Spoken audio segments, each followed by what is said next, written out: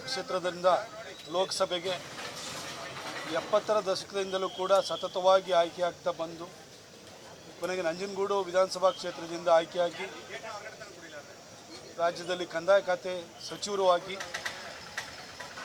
ರಾಜ್ಯದ ಸೇವೆಯನ್ನು ಮಾಡಿರುವಂತಹ ಹಾಗೂ ಈ ಭಾಗದಲ್ಲಿ ತುಳಿತಕ್ಕೊಳಗಾದವರ ಧ್ವನಿಯಾಗಿದ್ದಂತಹ ಶ್ರೀನಿವಾಸ್ ಪ್ರಸಾದ್ ಸಾಹೇಬರು ನಿನ್ನೆ ಬೆಳಗಿನ ಜಾವ ನಮ್ಮನ್ನು ಅಗಲಿದ್ದಾರೆ. ನನ್ನ ಪ್ರಚಾರ ನಿಮಿತ್ತ ಹಾವೇರಿನಲ್ಲಿದ್ದೆ, ಹಾಗಾಗಿ ಇವತ್ತು ಬಂದು ಅವರಿಗೆ ಶ್ರದ್ಧಾಂಜಲಿಯನ್ನು ಅರ್ಪಿಸಿದ್ದೀನಿ. ವೈಯಕ್ತಿಕವಾಗಿ ಹೇಳಬೇಕು ಅಂತಂದರೆ ನಾನು 10 ವರ್ಷದಿಂದ ಮೈಸೂರು ಮತ್ತು ಕೊಡಗನ ಈ ಭಾಗವನ್ನು ಲೋಕಸಭೆಯಲ್ಲಿ ಪ್ರತಿನಿಧಿಸ್ತಾ ಇದ್ದೀನಿ. ಈ ರಾಜಕೀಯದಲ್ಲಿ ಎಲ್ಲರನ್ನೂ ನೋಡಿದ್ದೀನಿ, ಎಲ್ಲ ರೀತಿಯ ಎಲ್ಲ ವಿಧದ ರಾಜಕಾರಣಿಗಳನ್ನು ನೋಡಿದ್ದೀನಿ. ಆದರೆ ಶ್ರೀನಿವಾಸ್ ಪ್ರಸಾದ್ ಸಾಹೇಬ್ರಂತಹ ಒಂದು ನಿಸ್ಪೃಹ ಮನಸ್ಸಿನ, ಕೆಟ್ಟದ್ದು ಮತ್ತು ಒಳ್ಳೆಯದು ಇದರ ನಡುವೆ ಒಂದು ಸೂಕ್ತ ನಿರ್ಧಾರವನ್ನು ನಿಲುವನ್ನು ತೆಗೆದುಕೊಳ್ಳೋ ವಿಚಾರದಲ್ಲಿ ಯಾವತ್ತೂ ಕೂಡ ಒಲವು ನಿಲುವುಗಳನ್ನು ತೋರದಲ್ಲೇ ನಿಷ್ಪಕ್ಷಪಾತವಾಗಿ ಒಂದು ನಿರ್ಧಾರವನ್ನು ತೆಗೆದುಕೊಳ್ತಿದ್ದಂಥ, ನಿಲುವನ್ನು ತೆಗೆದುಕೊಳ್ತಿದ್ದಂಥ ಏಕಮಾತ್ರ ಹಳೆ ಮೈಸೂರು ಭಾಗದ ವ್ಯಕ್ತಿ ಅಂತಂದರೆ ಅದು ಶ್ರೀನಿವಾಸ್ ಪ್ರಸಾದ್ ಸಾಹೇಬ್. ನಾನು ಈ ರಾಜಕೀಯದಲ್ಲಿ ತುಂಬ ದ್ವೇಷ ಅಸೂಯೆಗಳನ್ನ ನೋಡಿದ್ದೀನಿ. ದ್ವೇಷ ಅಸೂಯೆ ಈ ಭಾಗದಲ್ಲಿ ಇಲ್ಲದೇ ಇದ್ದಂಥ ಒಬ್ಬ ಏಕಮಾತ್ರ ರಾಜಕಾರಣಿ ಅಂತಂದರೆ ಅದು ಶ್ರೀನಿವಾಸ್ ಪ್ರಸಾದ್ ಸಾಹೇಬರಾಗಿದೆ. ವೈಯಕ್ತಿಕವಾಗಿ ನನಗೆ ನೋವಾಗಿದೆ. ಯಾಕೆಂದರೆ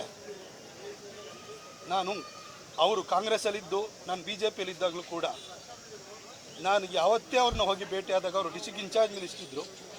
ನನ್ನ ಕರೆದು ಪ್ರತಾಪ್ ಬಾ ಅಂತ ಕರೆದು ಕೂರಿಸಿ ಏನೇ ವಿಚಾರ ಇದ್ರೂ ಕೇಳೋರು. ಯಾವತ್ತೂ ನಾನು ಬೇರೆ ಪಕ್ಷದವನು ಅಂತ ಟ್ರೀಟ್ ಮಾಡಲಿಲ್ಲ. ಅವ್ರ ಜೊತೆ ನಾನು ಲೋಕಸಭೆಯನ್ನು ಕೂಡ 2019ರಲ್ಲಿ ಒಟ್ಟಿಗೆ ಪ್ರವೇಶ ಮಾಡುವಂಥ ಅವಕಾಶವೂ ಸಿಕ್ತು. ಎಲ್ಲೇ ಹೋದರೂ ಕೂಡ ತುಂಬ ಪ್ರೀತಿಯಿಂದ ವಿಶ್ವಾಸದಿಂದ ಮಾತಾಡಿಸ್ತಿದ್ರು. ಏನೇ ಇದ್ರೂ ಕೂಡ ಒಂದು ಕಿವಿ ಮಾತನ್ನು ಹೇಳ್ತಾಯಿದ್ರು. ನನ್ನನ್ನು ಈ ಭಾಗದಲ್ಲಿ ಒಂದು ದಿನಕ್ಕೂ ಒಂದು ಕ್ಷಣಕ್ಕೂ ಟೀಕೆ ಮಾಡದಿದ್ದಂತಹ ಏಕೈಕ ಮನಸ್ಸು ಅಂತಂದರೆ ಅದು ಪ್ರಸಾದ್ ಸಾಹೇಬರು. ಹಾಗೆ ನನಗೆ ವೈಯಕ್ತಿಕವಾಗಿ ನೋವಾಗಿದೆ. ಈ ಭಾಗದಲ್ಲಿ ಸುಮಾರು ಜನ ಸಜ್ಜನ ರಾಜಕಾರಣಿಗಳು ನೋಡಿದ್ದೀನಿ.